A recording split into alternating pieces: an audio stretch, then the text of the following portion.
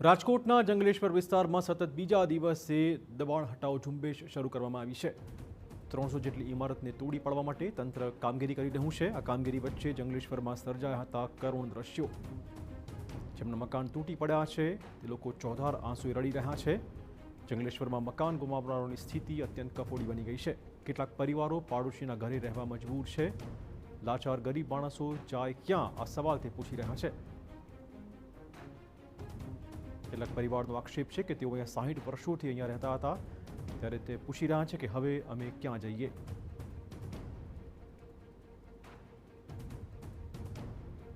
તંત્રે રહેવાની વ્યવસ્થા નથી કરી, આ પ્રકારનો પણ આક્ષેપ છે। કહેવાય છે કે પહેલો સગો એટલે પાડોશી। રાજકોટના જંગલેશ્વર વિસ્તારમાં છેલ્લા 2 દિવસથી મેગા ડિમોલેશન ચાલી રહ્યું છે। કેટલાય એવા પરિવારો છે કે જેઓનું મકાન છે તે આ ડિમોલેશનમાં પડી ગયું છે, પરંતુ તેઓ વૈકલ્પિક વ્યવસ્થા છે તે કરી રહ્યા નથી, કરી શકતા પણ નથી।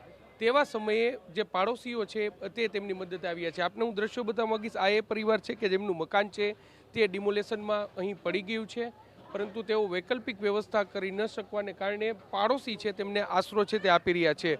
આપણે વાત કરીશું આ પરિવાર સાથે કે જેઓનું મકાન છે તે અત્યારે તૂટી ગયું। બા, તમારું મકાન તૂટી ગયું છે, શું કહેશો તમે? કેટલા વર્ષથી અહીંયા રહેતા હતા અને અત્યારે શું સ્થિતિ છે? અમે 60 વર્ષથી અહીંયા રહી છીએ અને અત્યારે અમારું મકાન તૂટી ગયું છે અને અમે અત્યારે તો પાડોશીની ઘરે સામાન ને બધું નાખીશું ને ત્યાં ખાઈ પીશું। અમને કાંઈક બોટર રહેવાની સગવડ કરી દો તો બહુ સારું છે। તમે શું કહેશો? કેટલા બાળકો છે અને અત્યારની શું સ્થિતિ છે? આ ભાઈ રહ્યા ને, આ ભાઈનો હાથ છે ને કામ નથી કરતો, કેટલા વર્ષથી કામ નથી કરતો, 25-30 વર્ષ થયા ને હું એને મજૂરી કરું। આ ભાઈ તો કંઈ કામ કરતો જ નથી। બેન, તમે શું કહેશો? કેટલા વર્ષથી અહીંયા રહેતા હતા અને હવે જ્યારે મકાન તમારું પડી ગયું છે, શું સ્થિતિ છે, શું કહેશો?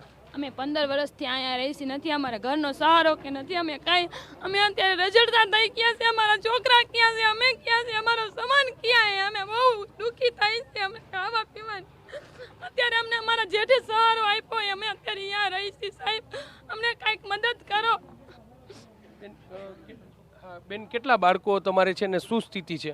અમારે 3 બાળક છે। મારા બાળક મારા મમ્મીના ઘરે અને મારા ઘરવાળા મારા જેઠના ઘરે અમારો સામાન રજડતો 3જા માળે પડ્યો છે। સાહેબ, ક્વાર્ટર કે કાંઈ તમને મળ્યું છે? અમને કાંઈ મળ્યું નથી, રહેવાની વ્યવસ્થા કરી દો કાંઈક અમને। સ્પષ્ટપણે એટલે લોકોમાં એક દુઃખ છે, કારણ કે 15 વર્ષથી જે મકાનમાં રહે છે, બાળકોની આંખમાં પણ આંસુ છે, કારણ કે તેમનો જે આસિયાનો છે તે છીનવાઈ ગયો છે। કારણ કે તમે વિચાર કરો કે જે ઘરમાં તેઓ 15-20 વર્ષથી રહેતા હોય અને ત્યાં આ બુલડોઝર છે તે ફરી વળે ત્યારે કયા પ્રકારની સ્થિતિ થાય। જે પાડોશી છે કે જેમને આ આશરો આપ્યો છે, આપણે તેની સાથે પણ વાત કરશું। બેન, શું કહેશો? તમારા પાડોશમાં મકાન તૂટી રહ્યા છે, તમે આશરો આપ્યો છે? અમારા પાડોશમાં મકાન પાડી નાખ્યું છે એનું અમે આશરો આપ્યો છે 2-3 દી પૂરતો, પછી ક્યાં રહેવા જાય? એને ઘરનું મકાન નથી, ક્યાંક એને સગવડ કરી દો। કોઈ કમાવાળું નથી, રાંડી બાઈ છે, કોઈ કમાવાળું નથી, એને ક્યાંક મકાન કે ક્વાર્ટર કાંઈક દો એને। અમે 2-3 દી પૂરતો એને આશરો દીધો છે અને અમારી પાસે રહ્યા છે, અમારા પાડોશી છે, હાવ એનું મકાન પડી ગયું છે।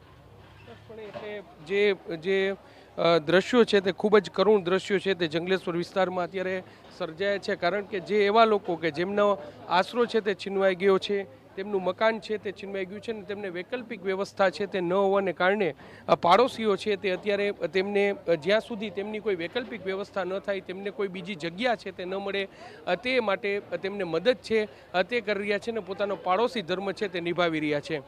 કેમેરા પર્સન ભાવેશ લશ્કરી સાથે મોહિત ભટ્ટ, TV9 રાજકોટ।